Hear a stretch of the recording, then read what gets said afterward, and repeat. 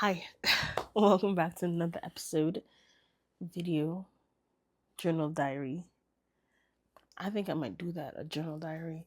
My name is Hanifa Griffith, and I just have a few thoughts that I wanted to just get off my chest before I go to sleep. It's 8:01 in the morning, and I just came back from a very fun game night. I cannot lie. So, um, yeah, these are just some thoughts that I had have have been thoughts that I've been having, and then thoughts that I just had just now. So yeah, enjoy my little ramble, I guess. I really wanted to add on to the video that I made 2 days ago. Um, when I said that, okay, so sometimes I feel as though, at least for me, oftentimes when I complain about being in a situation, I can often find myself getting stuck in that situation because the weight of trying to figure it out holds me at hostage. And especially recently, where decisions have been feeling heavy, or not decisions that are feeling heavy. I feel as though I am coming off of a heavy road where I would not like to have to make really big decisions right now. And the reason behind that is because to me, having to decide to have two abortions back to back, 2 months apart, was enough decisions I needed to make for a couple of years. And I found myself after that period getting very overwhelmed by decision making and like problem solving. Growing up, my dad would always like, if I had a problem, he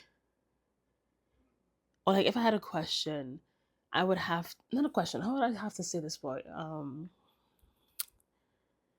I would always have to come to my dad with some level of knowledge of the thing that I'm asking for, you know, and that has always or that groomed me in a way where I am always actively figuring out solutions or figuring out things.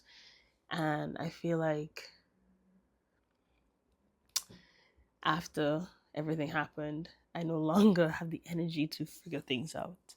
Um, at least for right now, I'm trying, slowly but surely, you know, excuse me, damn, slowly but surely get there. But yeah, I've been realizing that decision making has been very, very hard for me. Um, but one thing that I guess unintentionally, actually, not even unintentionally, intentionally been doing is placing myself in situations where I can try something new and do something different. Is that what did he say? Try something new, do something different. Yeah, yeah. I actually, and that's what I want to say. I put myself in positions where I can have side quests, but also like place myself in environments that I know will make me feel good. Like today, well, later on today, there's a photo walk at Little Caribbean in Flatbush that I'm going to, and that's something that I've always wanted to do. Like I've always wanted to take street photography, in that area. So it kind of, it works out that I'm able to do that. Um, what else have I been doing? I mean, I've been writing a little bit here and there in a little journal that I have with me in my bag. Um, I'm hoping to go to this arts exhibition this week. So like I'm putting myself in places where I can pour into myself, but also try something different. Even the job that I have is very different than any job that I have done in the past. And to me, that's a stepping stone for where I want to go next. Because there's so many skills that I am learning from this current position that I do believe is going to help me when I, you know, go to my next side quest or go to my next adventure. Um, yeah, so it's been difficult, yes, to make these decisions, but also I've been taking the decisions as they come and really tapping into making sure that I want to do that because yeah, after that whole not trusting myself and not trusting my intuition, I've made it my mission to ask myself questions before I do something. Sometimes I get it wrong, sometimes I get it right. It's life and nobody's perfect. Um, but that's what I've been trying to do. Really tap into myself and be like, okay, is this what you want to do? How do you want to feel? Is this person right for you? You know? Um, so yeah, it's I just feel like every day. Oh, and another thing that I've been trying to do, huh, this is, one of those things where I definitely have to take my time with it, is become licensed. I After graduating Howard, my plan was to sit my LMSW 30 days after graduation. But after those 30 days, I did not receive my work permit in time, so I lost a job that I had lined up, lost housing that I had lined up, and I had to come to New York. Came to New York, and well, we know how that story goes. The pregnancy later, and here I am. And as I'm on the phone with like um the ASWB board, trying to figure out what my next steps were, she was like, "Yeah, it's we have like this policy where after 2 years your registration is like closed out and you have to do it again." And in my head, I kept on beating myself up because I was like, wow, girl, how could you allow 2 years to pass by and to not have attempted to take your exam? And that came with its own like disappointment in myself and like shame and guilt. But then I really had to take a step back and be like, girl, give yourself some grace. Give yourself some grace. These past 2 years have spun you every which way but loose.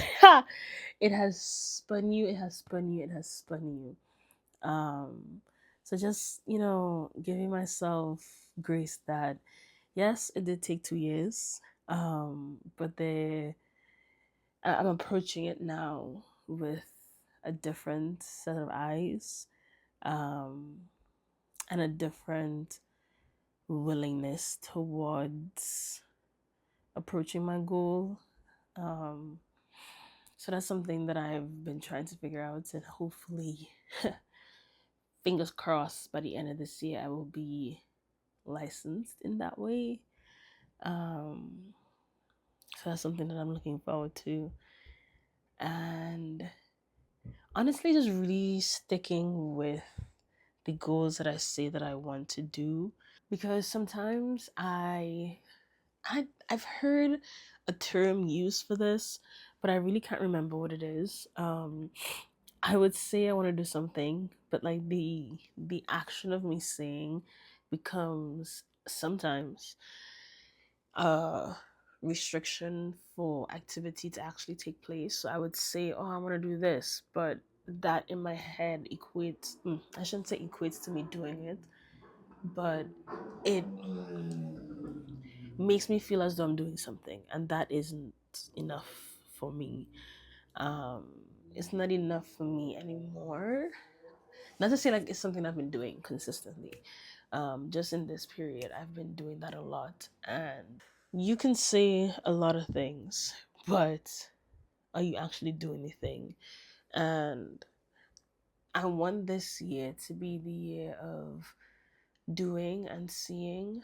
Um, and it's so crazy how life is this constant fluctuation of self, of determination, of um, I would just say self in general and whatever that can mean, you know? Um, because I remember probably before I came to these states, oh man, I remember so I didn't have a bedroom for myself. It just used to be my brothers had a bedroom and I was sharing with my parents. And when one of my brothers left, I would kind of like use his room as my space. Um, and this was probably what, age 16, I think. Probably 15, 14 to 16, I'll say. I would write these goals. I need to start doing that again. That's so crazy. I would get index cards, cue cards, and I would put it on my wall and I would just say everything that I wanted to do and every goal. It's like anything in life I wanted. I remember there was a time I wrote that I wanted to go to Italy. There was a time I said I wanted to go to Howard. Penn State was also on that, but I didn't go to Penn State, did I? I applied. Did I apply? No, I don't. I didn't apply. Um, but of those things that I wrote on my wall, a lot of those things came true. And it really is because in that time period, my dad and my brother very heavy on the secret. My dad gave me the secret when I was 13 years old, so that became my default way of thinking, and that became the motivation that I needed to like get out of my circumstances at the time. But sometime along the way, that train of thought kind of became, I don't know. It just I think I abandoned that way of thinking for a while, and I don't know. I guess doubt swept in, and I think overthinking stepped in, life experience stepped in, and I really abandoned that way of thinking. And now, as I try to like re re not re as I try to adapt or step into that way of thinking again, I'm met with so much resistance, and I don't know if that's because I really let doubt sit where or have a seat at the table with my motivations, doubt and fear. Um so it's just been a lot of like combating fear and combating doubt for me right now, and just kind of like pushing no matter the voices in my head tell me otherwise. And hold up, that's what fun and games before people actually think like you really have voices in your head. But like, you know, like those negative thoughts, those slippery thoughts, that you have, those catastrophizing thoughts that you have, I don't want that to be the head of my controller or my console, you know. So it just maneuvering that way, um and just believing more in myself, in what I want to do, because what I want to do I haven't seen. There's no blueprint for it. It's not traditional. And I think because of that essence of my dream, that also creates room for doubts and room for what the fuck am I doing? And yeah, I'm trying to let those things not have a seat at the table. Um that was a lot of rambling, and I really had no storage on my iPad, so I had to stop and start and stop and start. So I hope these thoughts are very cohesive in its nature. Um, but yeah, just a lot of trying in this period of my life. And I saw this video on TikTok recently, where several videos actually, where a lot of people were making videos saying that it's in the middle, where you don't know where your next step is, you don't know what you're doing, you don't know if you want to be doing what you want to be doing. Um, that's that middle part. It's the area we really have to push past to get to the goal. And I really do think I'm in that middle area. I think I'm being tested on what my goal is. Like, specifically what my goal is, what I want to, what my goal, what my purpose is. I don't like that word either. Um, what my life mission is, um, on this earth, in this physical realm. What are the gifts that I have that is supposed to be released into this earth? And I do believe that speaking is that gift, and sharing my experiences to other people. That's my gift to the earth, or gift to this realm. Um, yeah, I go rambling. I don't even know how I came there, but yeah, just a lot of trying, a lot of trying.